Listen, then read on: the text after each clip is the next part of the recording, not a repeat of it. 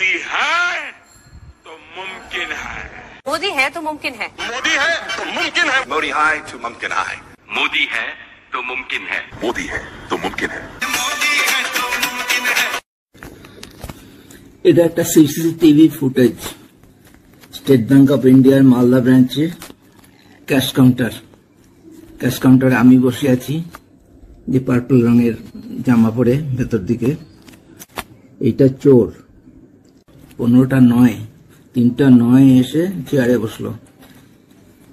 Cash কাউন্টারের সামনে চেয়ারে, যে জমা দেয় সে চেয়ারে বসে, চেয়ারে বসে কাজটা দিবে।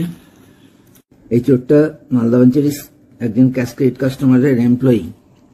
সে তার ক্যাশ ক্রেডিট কাউন্টারে টাকা জমা দেওয়ার জন্য নিয়ে এসছে।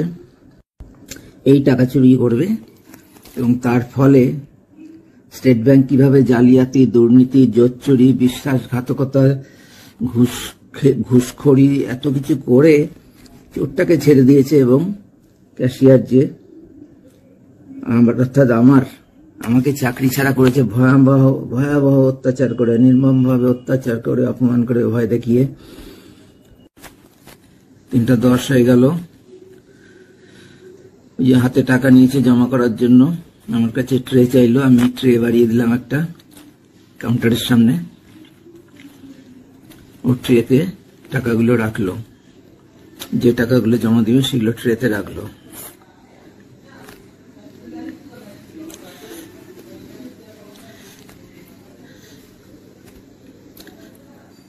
তিনটা 14 টাকাটা চুরি করে আনলো।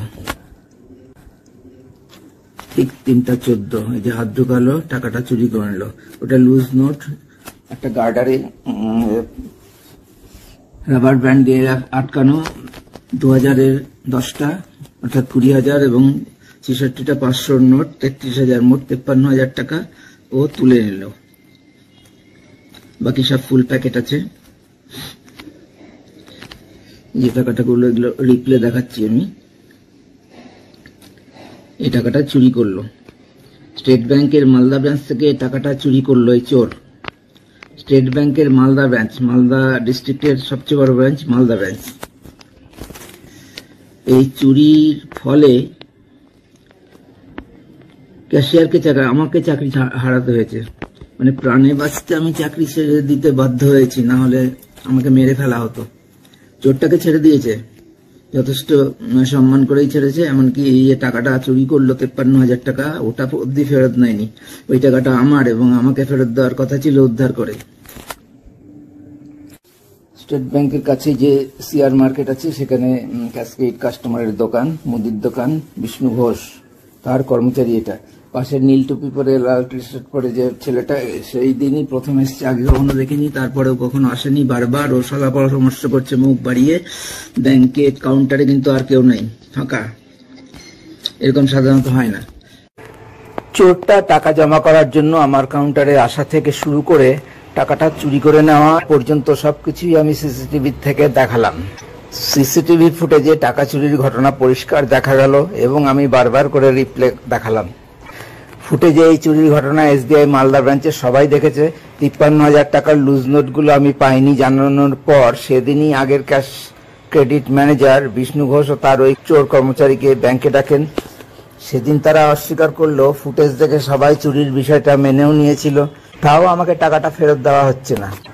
এরপর যেদিন চিফ ম্যানেজার উজ্জ্বল কুমার ও ক্যাশ ক্রেডিট ম্যানেজার বিশাল কুমার আমাকে চিফ ম্যানেজারের চেম্বারে ডেকে আমার উপর ভয়াবহ অত্যাচার, ভয় দেখানো ও অজস্র মিথ্যাচার করে আমার চূড়ান্ত অপমান করতে শুরু করে, সেদিন থেকেই মালদা ব্রাঞ্চের 40-50 জন অফিসার ও কর্মীর সবাই, যারা সিসিটিভি ফুটেজ দেখেছে, তাদের মধ্যে একজনও আর কখনো আমার সমর্থনে একটা কথাও বলেনি। স্টাফ ইউনিয়নও আমাকে এড়িয়ে চলতে থাকে। জলজান্ত চুরি হওয়ার প্রমাণ দেখা সত্ত্বেও স্টেট ব্যাংক অফ ইন্ডিয়ার আমার সহকর্মীরাই কোন মন্ত্র বলে তাদেরই সহকর্মী ক্যাশিয়ারের পাশে না থেকে, এমনকি পাশে না থাকলেও আমার কোনো ক্ষতি হওয়ার কথা ছিল না, কিন্তু তারা সবাই মিলেই ব্যাংক থেকে টাকা চুরি করার ঘটনা অস্বীকার করে। সিসিটিভি ফুটেজ গায়েব করে দিয়ে চোরকে নির্দোষ প্রতিপন্ন করে ছেড়ে দিতে উজ্জ্বল কুমার, বিশাল কুমার ও চক্রান্তকারী অন্যান্য অফিসারদের সাহায্য করলো। আরো ঘৃণ্য মানসিকতার পরিচয় দিয়ে মালদা ব্রাঞ্চের সবাই প্রচার করলো যে ব্যাংক থেকে কিছুই চুরি হয়নি, ওটা ক্যাশিয়ারের সাজানো ঘটনা। এইভাবে মিথ্যা কথা প্রচার করে নিজেদেরই সহকর্মীকে কুৎসিতভাবে কলঙ্কিত করলো। কিভাবে মালদা ব্রাঞ্চের সব অফিসার ও কর্মী দুশ্চরিত্র, প্রতারক, ঘুষখোর, জোচ্চোর, বিশ্বাসঘাতক, দুর্নীতিবাজ হয়ে গেল। ঘুষখোর তো বলবোই, কারণ এছাড়া চাকরির ঝুঁকি নিয়ে অতগুলো অফিসার ও কর্মী সরাসরি চোরকে সমর্থন ও সাহায্য করলো এবং আমার নামে বীভৎস অপমানজনক মিথ্যা কথা প্রচার করলো কোন সাহসে? এর কারণই বা কি?